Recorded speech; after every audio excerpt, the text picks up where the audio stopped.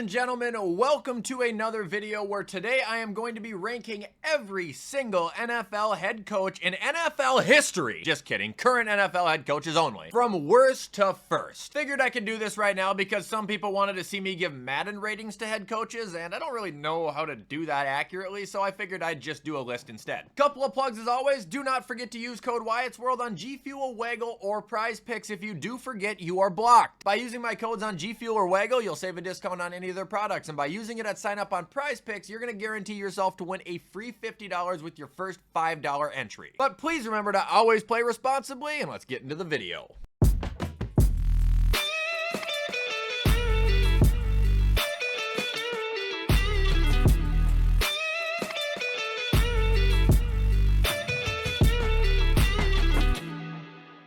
Okay guys, so starting at the bottom and working our way all the way up towards the top like some sort of big Mortal Kombat tower, we gotta start with number 32, who I think is the worst head coach currently in the NFL. Now this might be a hot take, but as of now, I'm dead ass, I think it's Raheem Morris. Dude, he was supposed to come there and, really change the culture and take that next step with them and, fix that defense and make it what it was in Los Angeles. He literally did none of the three. Like, the Falcons nearly stayed the same. The guy cannot manage a game to save his life, and their defense finished bottom 10. Like, as a team, it felt like there was virtually no change other than the offense being a little bit more sparky. 31, give me Brian Callahan out of Tennessee. I just don't see anything redeemable about the guy. He seems short-tempered, he seems insecure, seems indecisive, and to me, he gives off an impression that as long as his team is, not talented, his job is gonna be safe, and that's not the case at all. 30, give me Brian Schottenheimer. I really don't have anything to say on this guy at all. For asking me, this is just a transitional thing. They're gonna have him coach for 1 year and then let him go. I really don't expect anything from him. 29, give me Kellen Moore, another guy that I think is probably 1 year coaching and fired. Saints didn't have any options. They waited way too damn long to make a decision, and Kellen Moore was basically the only option they had left at the time. I don't think he is fit at all to be a head coach. I'm expecting him to finish with a record well below 500, and his ass is gonna get the boot the day the season ends. 28, give me Brian Daboll. A lot of respect for the man. I don't think he's a fantastic head coach. Plain and simple, and I know I just mentioned this on my TikTok, but they won one playoff game, his first year, and what have they done since? Won 6-11 and then 3-14. Now, I can't lie about it, though. I think if he was a lot more confident in his quarterbacks, the team would probably be a lot better, but he has every right to try and play games safe, but you can't play scared, and that's kind of how it feels like he's been,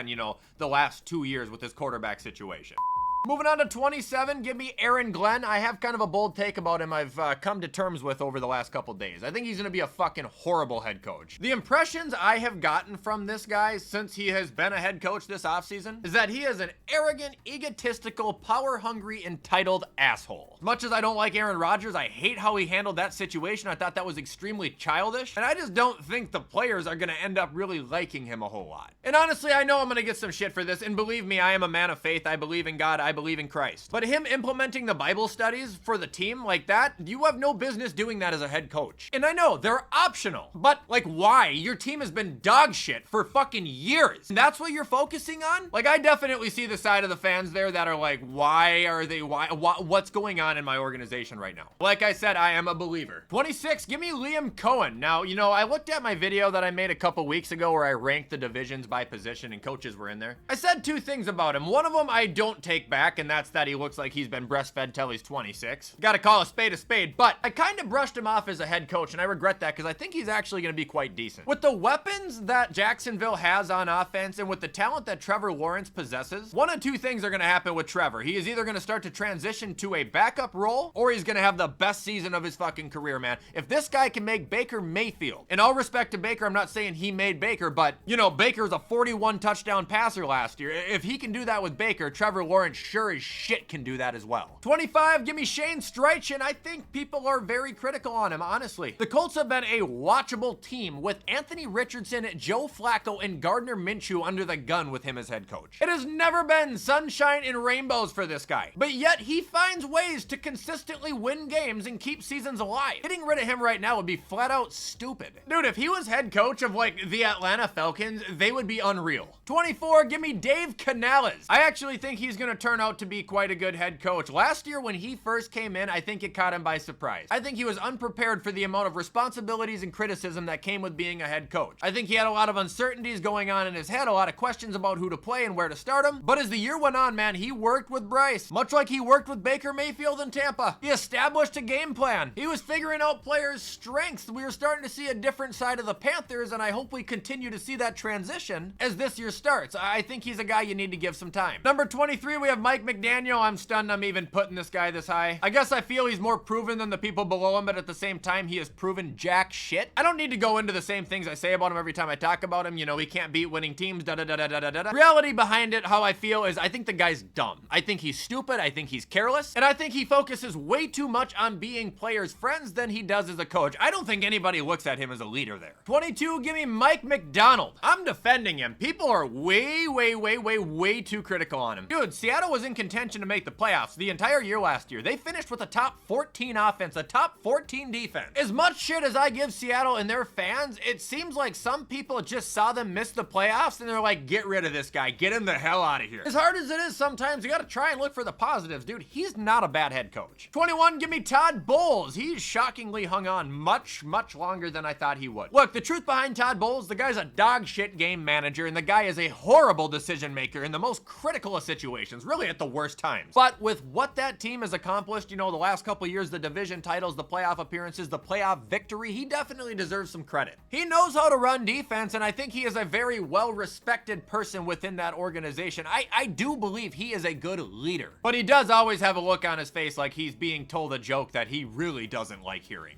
Moving on to 20, give me Zach Taylor. I think this guy's about to get fired, and I kind of see both sides of people who are defending him and not. Like, yeah, his defense is absolutely selling him, but his decision-making alone also does not help the fact that they cannot sustain a lead in most games. Really, no matter how many points they put up, and it just seems like the guy's time there has just run its course. That or it'll be like the last coach they kept for 15 fucking years. 19, give me Ben Johnson. Without drinking the actual Kool-Aid itself, I have confidence he is going to lead the Bears to success. He seems to be very intelligent, and I hope I'm not getting Brandon Staley'd here, but I feel like this guy truly knows offense and he is gonna know how to finally ignite the fire in Chicago they've been looking for years. 18, give me K-Dog Stefanski. I think I say the same shit about him every time I talk about him, and I'm sorry, but he's a good coach that was dealt a really shitty hand. 17, give me Jonathan Gannon. Some people aren't gonna like this one, but I think he's a decent coach, man. You know, his first year was obviously bad, yet it was strangely competitive at times, and then last year they went 8-9. With how their defense is this year, if their offense is just consistent, they'll be a playoff team. 16, give me Pete Carroll. There were some questions about his coaching when he first exited the league a few years ago, but I think when we see him come back now with the Raiders, people are going to understand just how good of a coach he is. I think he can be very stubborn sometimes at strafing away from his own game plan, but this guy knows football and knows how to coach it better than 80% of the head coaches that have ever stepped foot in the league. 15, DeMeco Ryans. I mean, hey, what can you say bad about him? The Texans have been a playoff team the last 2 years. Defense has been running good. Offense has obviously been battling some injuries, not that he has anything to do with that, but yeah, he's just a good coach. Players like him, runs the team well, has them in good shape. 14, give me Dan Quinn. This is gonna be far too high, I understand that, but it's just like, the guy had success with Atlanta. He made a Super Bowl with, obviously choked away one of the biggest games ever, but he finally gets a coaching opportunity again with Washington, who was just not a good team for the longest time, but under him, they had the best season in forever with, you know, Cliff obviously helping a lot more than I care to admit on their offense. Even though they had the worst defense in the league last year, Washington literally did. Dan Quinn was able to maintain leads. He was able to get out of games ahead. He's not the most exciting head coach, but he knows what he's doing. 13, give me Mike Vrabel. I'm a big fan of this guy. I think he's a fucking hard ass. He doesn't take any shit. He is brutally honest. He should have never been fired in the first place from Tennessee, but also looking at the success, the AFC Championship appearance, the division titles that he had with a team that had really no business ever being there is just flat out incredible. He'll make the Patriots great again.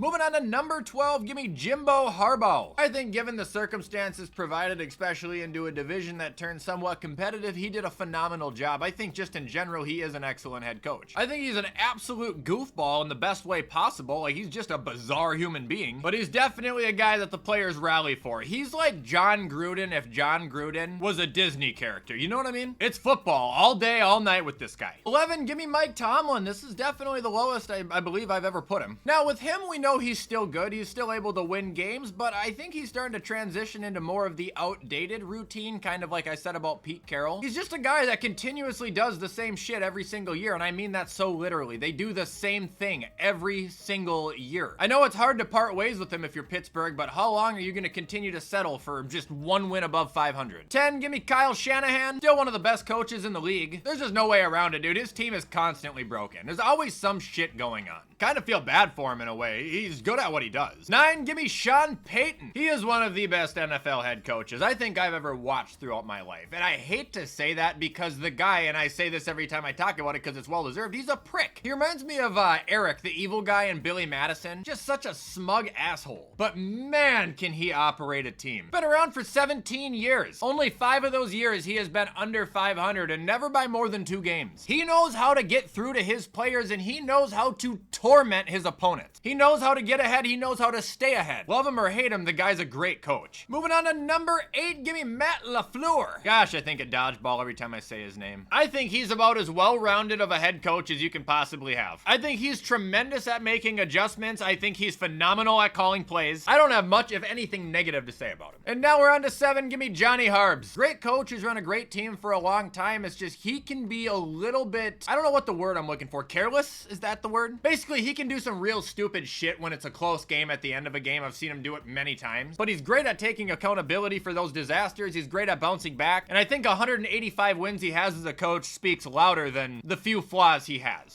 Moving on to 6, give me Sugar Sean McDermott. You know, I love when people try and make this guy out to be a bad head coach. It's fucking hilarious. 5 straight division titles. Out of 8 years coach, he's had 7 playoff appearances. Snapped an 18-year playoff drought. Has won 7 playoff games. Has made the AFC Championship 2 times. I know they can't get past the Chiefs. That's fact. But they are consistently one of the final teams remaining every single fucking year under this guy. He has kept their defense at the top the entire time. Much like John Harbaugh. He has flaws, but he is also fucking outstanding. Number 5, give me Nick Sirianni. This fucking asshole. I still don't think he does shit for his team, but they won a Super Bowl. As long as he's been the head coach of that team, they've been a great football team. He clearly does something right. He just acts like a 14-year-old if they were put in charge of a football team. 4, give me Dan Campbell, one of the funniest coaches in NFL history. He has given the Lions the best run they have ever had, the most hope they have ever had, and he is to take a lot of credit for it, but this man can be one of the most common sense lacking human beings we have ever seen put in charge of a professional sports organization. If he wins a Super Bowl, it's all going to be worth it. If he doesn't, he'll always be looked at as a great coach, but probably the reason that they never did end up winning one. 3, give me Kevin O'Connell. Ooh, I'll take bias. You don't know ball. Fuck all of you. There's nothing biased about it. Kevin O'Connell. This man might not have a playoff win. Yeah, it sucks. But in the 3 years that he has been in Minnesota, 2 of the years they have been absolutely elite. Keep in mind, every single year, we're never supposed to be. In the 1 year we weren't, we were still 7-10, and that was the year Kirk Cousins got hurt. Kevin O'Connell had to orchestrate players like Nick Mullins, Josh Dobbs, Jaron Hall through games on the fly and was still able to put wins together. Then last year, JJ McCarthy gets hurt. So what do? We go out and sign Sam Darnold, the guy that was drafted in 2018 and never really was able to pan out. Oh, well, lo and behold, sure shit, you work with Kevin O'Connell. You have the best season of your career. He has such a unique method on how he works with players and such a